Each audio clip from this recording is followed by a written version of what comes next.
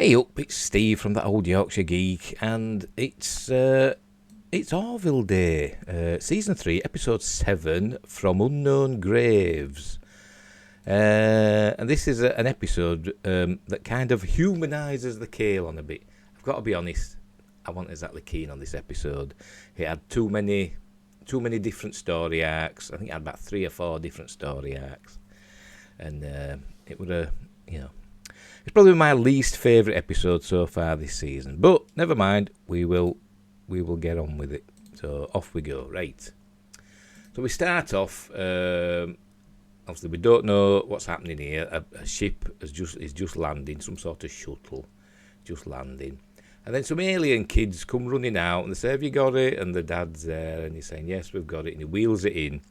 And I was expecting them to open it and it to be like Ed Mercer or somebody like that, you know. I had this feeling. But it wasn't. They opened it and inside, there we go, there's a Kalon. So obviously this is the planet Kalon, or whatever they call their own planet. When the Kalon were first, invented by this race who invented, I don't know what they called them. Did they call them Kalons? I don't know. But so we're seeing the origins of the Kalon. It's a bit like Caprica, isn't it? We saw the origin of the Cylons. This is seeing the origin of the Kalon. Built to be, household servants and slaves, basically, and they were mistreated and all that. But anyway, then we go straight into credits. All right, we're on. There we go. We see John Lamar and Tala Kiani. Both lieutenant commanders now, which is cool. Anyway, they're in a relationship and obviously in bed doing the deed. And we hear a crack and John cries out in pain. Because remember, she's super strong from is it Zelaya or wherever they're from, that planet. I can't remember what they call it. They're super strong. Not on that planet because there's higher gravity, but when they go to other lower gravity planets, they become super strong. Anyway, so she keeps breaking him, basically, and he keeps having to go to the sick bay, see Dr. Finn, and he keeps telling her he's working out on the holodeck simulator. And she keeps saying, well, stop doing it, calm down. And he says, I can't help it, it's a good workout. He's not telling her he's doing rumpy-pumpy with a Zelayan. And we find out that people have actually died in relationships with the Zelayans because they get over exuberant and sometimes kill people. So you think that'd put you off, wouldn't it? Anyway, Claire then goes to the holodeck where she's having dinner with Isaac, and Isaac's there in his human face. Matt Jackson. So we've seen a lot of Matt Jackson this season. So anyway, so she's obviously in love with Isaac for some reason. I don't really understand why. But she's in love with Isaac. Maybe she just likes. Well, I don't know, because she loves him. It's not just for his human face. She loves him when he's a robot as well, when he's a Kalon. And to be honest, I don't understand why, because he's emotionless. I don't know, I don't get it. But anyway, she does. Women. Right, meeting. I can't remember what this meeting's for. Oh, yes, they're going to... they're having a rendezvous, like a diplomatic mission with this race. Don't ask me what they're called, I've forgotten. But it's a matriarchal or matriarchal society, so the women are in charge. If only. And the men are second class citizens, and so they've got to, and it's a really, really matriarchal society. So they've got to make some changes so that they'll be accepted. And what they do is, we'll see in a minute. There we go. They're meeting up with this alien ship. There we go. Impressive design, I suppose. And they come on board. They just come flying into the shuttle bay and just land it there. I thought, crikey, that's a bit close, isn't it? No messing. The door's open and it comes in. And they've been like, bloody hell, what's that doing there? But no, they just come and land next to this fighter, which we haven't seen in action since episode 1, I think, when Gordon were testing it. And we're like 7 episodes in now, we're still not seeing it in use. So last few episodes are going to be action-packed. I think they are. I think we're going to see another big battle with the Kalon at some point. So anyway, so they have this meeting, and there we go. That's Captain Kelly Grayson and Commander Tala Kiali, who's first officer. And then we see the chief of security, I think is Charlie. It's not showing them. But the call, they want help with their bags to the alien women. I'm not showing them, am I, for some reason? Come on, Joe. Oh, see, it's not showing them. Come on, there we go. There they are. There might be famous people playing them. I don't know. She looks familiar, I must admit. But I don't know who she is. But, they're like Amazons, aren't they? They're very, Amazon-like women. Fierce women, I suppose you could say. Anyway, they've got bags in the ship, so Kelly calls for Malloy and Mercer, and they come running in, and they're like ensigns or something. They've just got one pretending the lower rank, so they come out. Here we go. The little comedy segment with the struggling with the bags. Don't they have anti-grav mover things, like pallet trucks, whatever they call them. But no, the struggle. Right, so they go through this, and they're having this meeting, and they're pretending that the men in the Union are second-class citizens as well. They're going to later on, once they get the negotiations underway, they're going to ease them into the fact that males and females in the Union have equal rights. But they're basically doing a deception, and it's going to go wrong, because it does. It does for a while. Right, so anyway, so they're around this planet. I don't know whether this planet's supposed to be like neutral. I don't know what it's called. And they pick up an energy signature down on the planet. I think something happens and it rocks the ship a little bit, I think. I can't remember. I've only watched it once. So they go, and Ed and Gordon and they take Charlie. I think they take Charlie. They go and check out. They take a shuttle and check out the planet. Right. So anyway, then we cut back to the Kalon, and we see the Kalon serving the family, and they're not very nice to him. And then the Kalon starts asking questions, and they say, "Well, you're not supposed to talk until you're spoken to." But he's asking questions. Is this Kalon? I forgot what they call it. Is it L11 or something? I don't know. It's given a name. He's not got a name. He's got a number. And they're not very nice to him. So you know where this is going. So right. So we go back to this planet. Anyway, they find this. Oh, it's supposed to be like this world that's been mined, and it's been they said the name of the race, the aliens that mined this planet and then abandoned it. But they found there's 2 life signs. No, there's 1 life sign. Or did they say 2 life signs? I don't know. I can't remember. But whatever. There's two people down there. So they land the shuttle, and they find that they've taken Bartus as well, who's an acting ensign, who's pretending to be an ensign as well. And remember, the Bartus are an all-male society, so they really wouldn't get on with these other aliens, would they? And they find, there we go, there's a Kalon down on the planet. And I think this might actually be the same one that we're seeing in the flashbacks, but I'm not entirely certain, but I'm guessing it is. And he's there they go, they pull the guns on him, and he's there with an alien woman, and we see her in a minute. She says he's not going to harm you. There we go. And she's giving him a name, I can't remember, Timmins or something like that.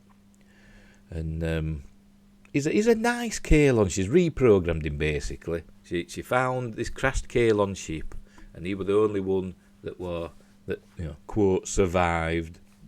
The others are being destroyed, and she managed to tinker him back together, and she rearranged his programming so that she didn't program him to be nice. Pardon me. She programmed him basically to have emotions, and so it saw for himself the error of the Kalon's ways. That all biological creatures shouldn't be destroyed. So he's a nice Kalon. And I thought this were going to go, hideously wrong in the episode, but it doesn't. So there you go. So that's them. So they take him back up to the ship. Take them back up to the ship, shall I say. This is Charlie. She's got to clear out engineering of all the males. I think she's pretending to be the chief engineer, I think. Yeah, she is. Not the chief of security. She's pretending to be the chief engineer. So they clear all the blokes out, and these women come in and they're asking questions, and she's been given a cheat sheet by John over what questions might be asked. Because obviously she's not an engineer. She's a navigator or pilot or whatever. I don't know what she is, to be honest. John and Tala, they have a little conversation about their relationship, and they want it to carry on, but they've got to be careful. So anyway, we see him again in bed later, and she hurts him again. He ends up in sick bay again. I thought they were going to get caught here, by the way. They actually kiss, and we're going to see it. No, we're not, because I'm useless at these pauses, aren't I? I'd be rubbish on EFAP. There we go. Why is she? They have a kiss, and he pretends that she's hurt him. He says, "No, I'm just kidding you." And I thought they were going to get caught. I thought one of these alien women were going to walk in and see her kissing him and whatever. But we later find out that doesn't matter, because they love their men and they just take whatever man they want. And one of them wants Ed. Anyway, meanwhile, back in this alien thing, this Kalon's still asking questions, and he's being a bit. He's not obeying commands, so they have to find some way to sort that out.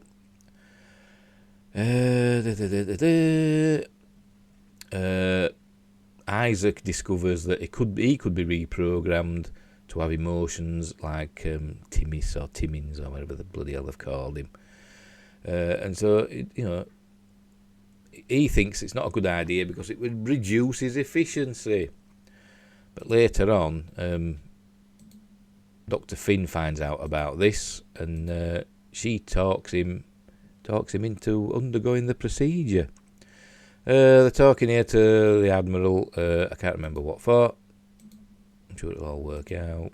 Oh, well, it's the Kalon. They find out they tell them that they've got a Kalon on board. So anyway, so here's John. He's back in. He's broke his leg this time. I don't know how that happened, but when in their love play, he managed to break his leg. Oh, and his pelvis as well. So they patch him up, and she says, she's cross. She realises, he's not just hurting himself in a workout program. There's something else going on. I don't know if he actually tells her. I think that gets forgotten about, to be honest.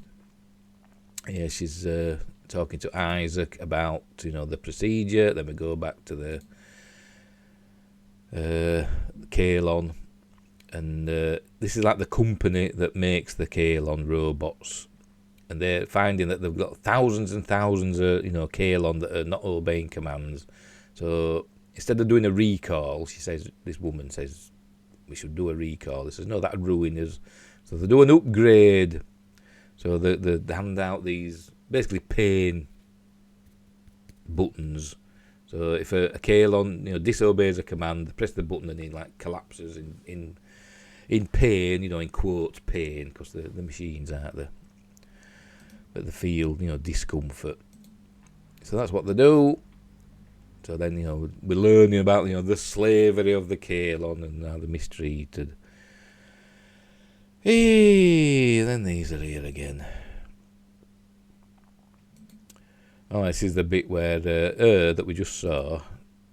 Oh yeah, I think it's her. She wants Ed. And Ed's obviously is not keen on the idea, and Gordon says, I'll do it, because she wants to mate with him. But then Kelly decides, instead of letting Ed, be seduced by this alien woman, she owns up and said, Ed's the captain, we've been dishonest with you. So that ruins the talks and the walk out. This is they're talking about reprogramming Isaac. Charlie has a little conversation with, I don't know if it's Isaac or Timmins or Timmis or whatever the hell he's called. Have a look. Oh, it's Timmy's here. Yeah, and she learns about, you know, how the Kalon were mistreated, why they rose up and destroyed their creators, and he says he's sorry about, you know, he learns that was the wrong thing and he's sorry, he's genuinely sorry and stuff, and it affects her, you know, she seems unaffected, but it does affect her. That, you know, she's not all Kalon are the same. That's basically what we're saying here, aren't we?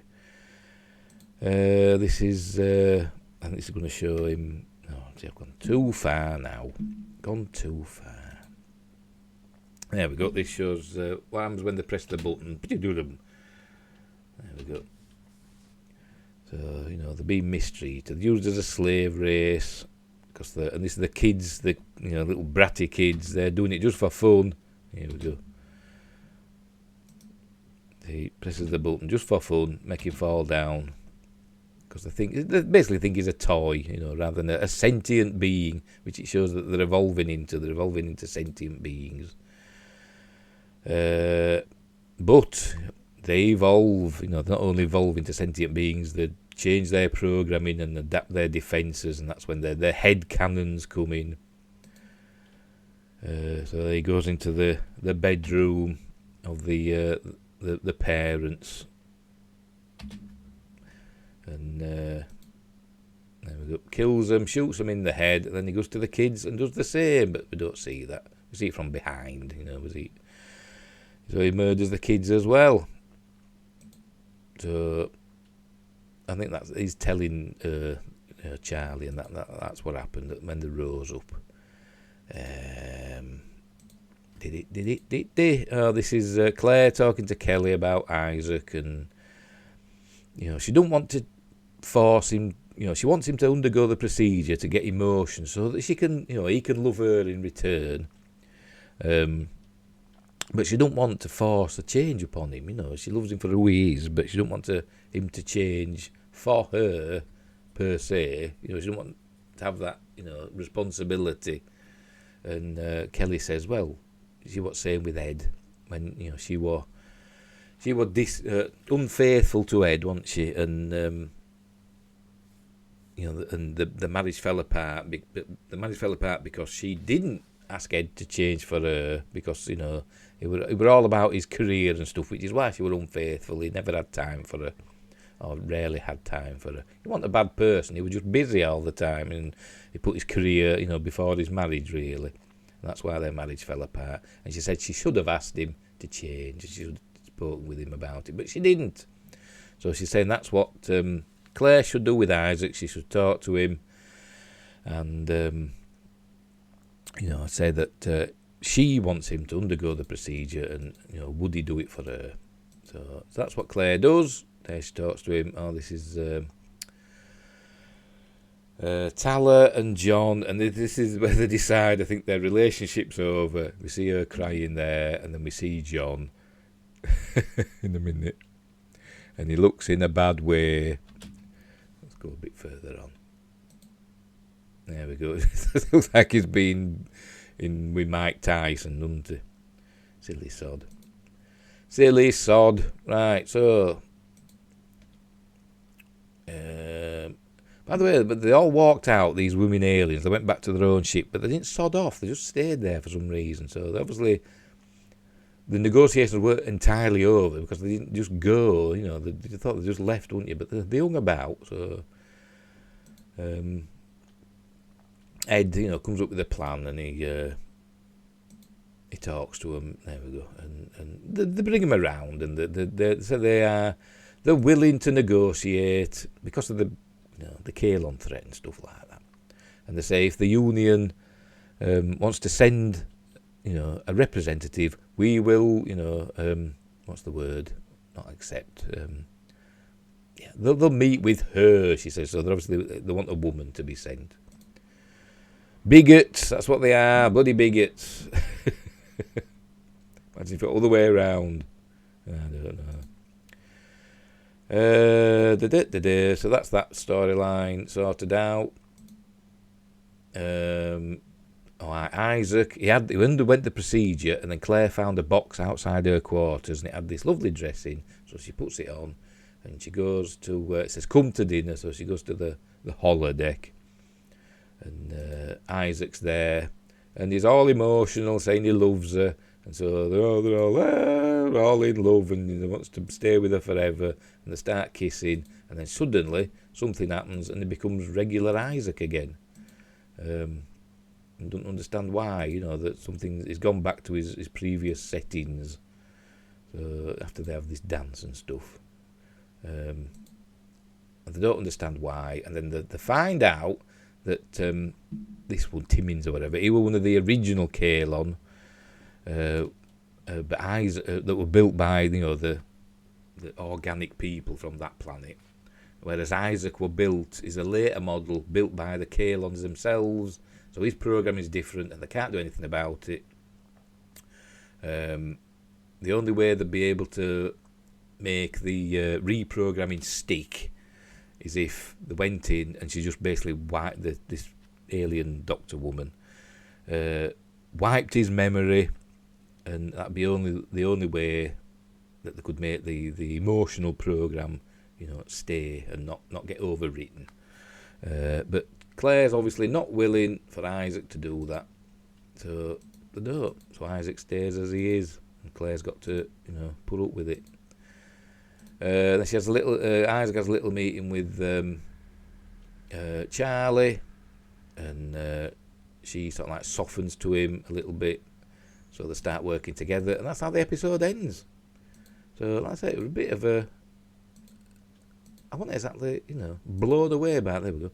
I wasn't exactly blown away by this episode, to be honest. It wasn't terrible by any means, and it was I suppose a decent enough Star Trek style story about slavery, but there were too many things going on. There was this race of women, this matriarchal society, and then there was the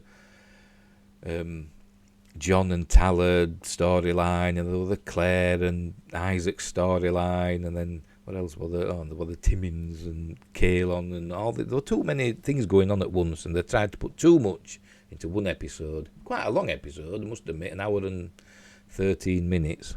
Hour and 14 minutes nearly. But there was just too much going on, and I don't think it worked, to be honest, and I don't think they should have not humanised, but tried to, what's the word? Soften the Kalon. They're supposed to be like Orville's version of the Borg, aren't they? That's what they're supposed to be. This unstoppable foe. But now they've given us a reason of why they're doing this. So now there could be a chance that and with Timmins coming along, there could be a chance of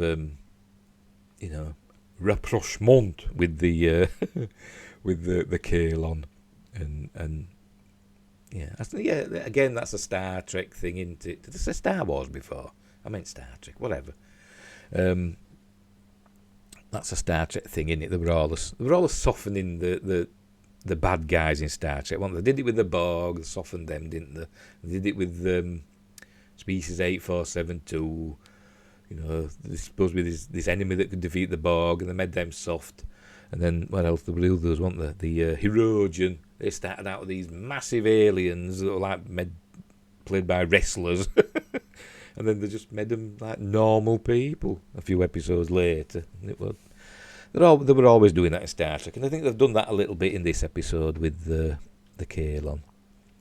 But we'll see. I'm sure there's going to be another big battle with the Kalon before the end of the season. So we're getting there. I think there's only about 3 episodes left. I think there's only 10 episodes this season. I could be wrong. But anyway, so there we go. So that was what were it called? From Unknown Graves. We learn about the Kalon. We learn about interspecies relationships and the dangers of that. And it were okay. I'd give this one a 6 out of 10. A 6 out of 10. Because it didn't blow me socks off. But it were okay. So we'll leave it there. So, wherever you are in the galaxy, look after each other. And until next time, I'll see thee.